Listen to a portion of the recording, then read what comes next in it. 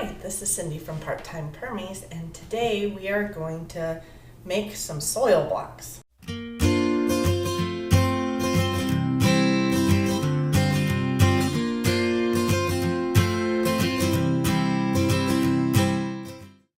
Now what we're using is Eliot Coleman's soil block recipe, but we're downsizing it so that we can make it in smaller batches because his batches require buckets of material. And what I'd really like to do is just do a few soil blocks at a time, so I don't need buckets of material. So what I did was calculate it down to make each 10 units in his recipe 1 quart. So there's a few things you'll need for this recipe. One is rock phosphate or colloidal phosphate, blood meal, and keep in mind it's not the same as bone meal, green sand. These 3 items make up the base fertilizer that go into the soil blocks. So we'll start with that. You'll also need some garden lime, perlite, which you could get a bigger bag than this, depending on how much you're making. You'll need some peat moss, which I have a big bag of behind me, and some compost. Your own compost would be ideal, and some of your own soil would be ideal. Now mine, I've taken the area under a pile of leaves, which is basically leaf compost and soil mixed together already. So I just grabbed a bucket of that and brought it in and used that. So basically what you'll need to do to start is to start mixing 1 part of your rock phosphate, 1 part of your blood meal, and 1 part of your green sand into your base fertilizer. So we'll start with that. And what I'm going to do is I'm going to keep that in its own container so I can use it again later, because you only need a small amount in each batch. I have a little more than what I can fit in my container, but I'll just use this up first. So the next step is to actually mix the ingredients for your soil block.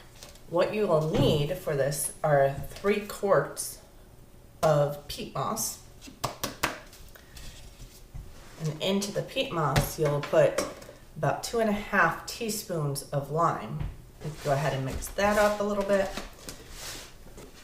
Okay, next you need about 2 quarts of perlite or some coarse sand.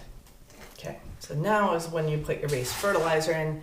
You need about 1/3 cup. The next step, you'll want either about 1 quart soil and 2 quarts of your compost, or since I have those kind of mixed together anyway, I'm just going to do 3 quarts of my compost / soil mixture and add that in here. And you do want to use your own soil if you can instead of potting mix, because that way your plants will become adjusted to what you have in your ground already, and you won't have to it won't be as much of a shock to transplant them into your garden and pull out anything that will disturb your soil blocks. Okay, mix this up a little bit. Now, of course, you can wear gloves if you like. Now, you can see this is all dusty. So we do need to make this wet and what we want is for this to be wet enough that it holds together, because that's the whole point of the soil blocks.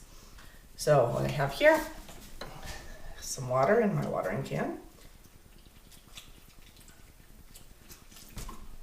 Add some in, and then just start mixing it up.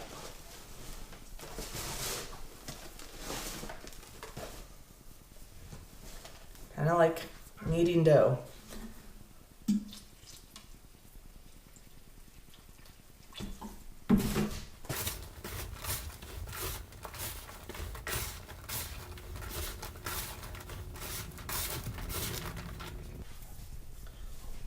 You can see it's still falling apart a little bit. You want it almost wet enough that you're just before squeezing any water out. So this will fall apart too easily. And this all depends on how damp your soil and your compost was to begin with, so no specific measurements, you just go by feel.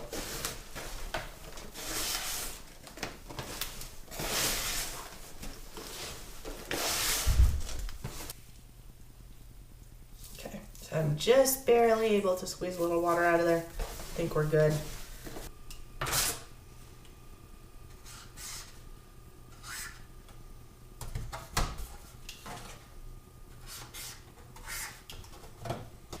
So I'm just using a plastic tray that I had from before to put my soil blocks in. You use what you have on hand. I'll use these until they fall apart, and then I might make a wooden one to put these blocks in. But it is a good idea to number your trays so you remember what's in what.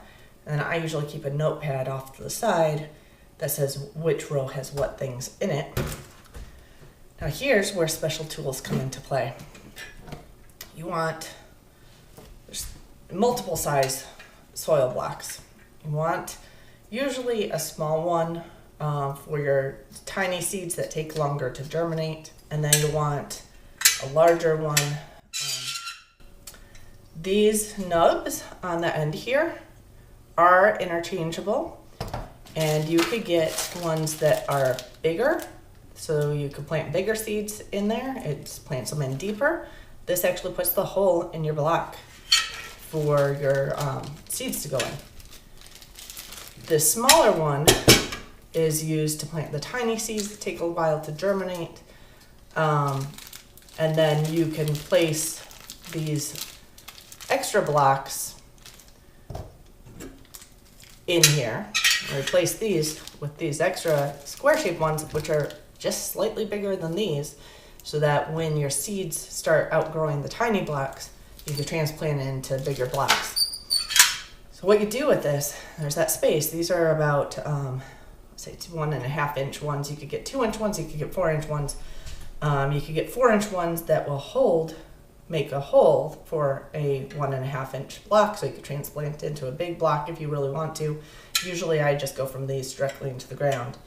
So what you want to do is push down. Now, if your soil is damp enough, you should pretty much get full onto the bottom here. Now, I tend to smooth it off a little bit, make sure there's no sticks sticking out, things like that, if you haven't sifted your soil anyway. So this should be packed in there nice and smooth. Then you go over to your tray, you set the soil blocks down, push down on the handle, and pull up on the base, and then pull out. So that will give you your soil blocks.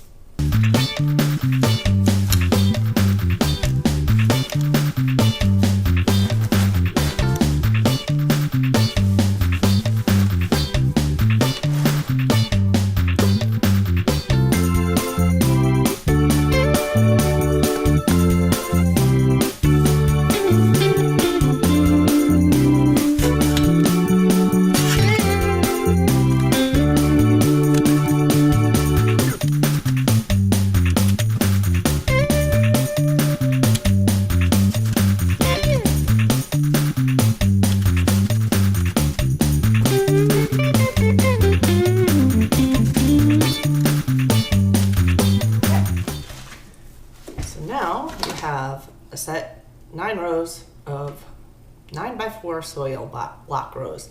So we're good to plant in this. I do have some extra, probably not enough for one more tray, so I'll probably have to add another batch to this. So I'd say one batch might make about 1.5 trays of that many rows, but it's a good start. Now all I need to do is put my seeds in there and put them under grow lights. If you want to check out a little more of more techniques like this or in more detail, you can check out Eliot Coleman's book, The New Organic Grower. This is the book where I got this recipe for him. I just downscaled it to meet my needs. A little math involved in that, but so you could take the proportions I used here are the same proportions he uses. He just uses it on a larger scale. And of course, he has a lot of information in his books. I have this book, I have one other, The 4-Season Harvest, which goes through how to garden basically year-round and harvest year-round in Maine. So very similar climate and probably a little more harsh than what we have in southern Michigan, but very interesting book very interesting set of books that we're using to base a lot of our gardening techniques off of. So I will put a link to those down below as well. So if you're interested in checking out his books, feel free to click the links below and look at it. Otherwise, I hope you enjoyed the show. Please like, subscribe, and comment below. Let me know how you start your seeds. And we'll be seeing you with the next video. Take care.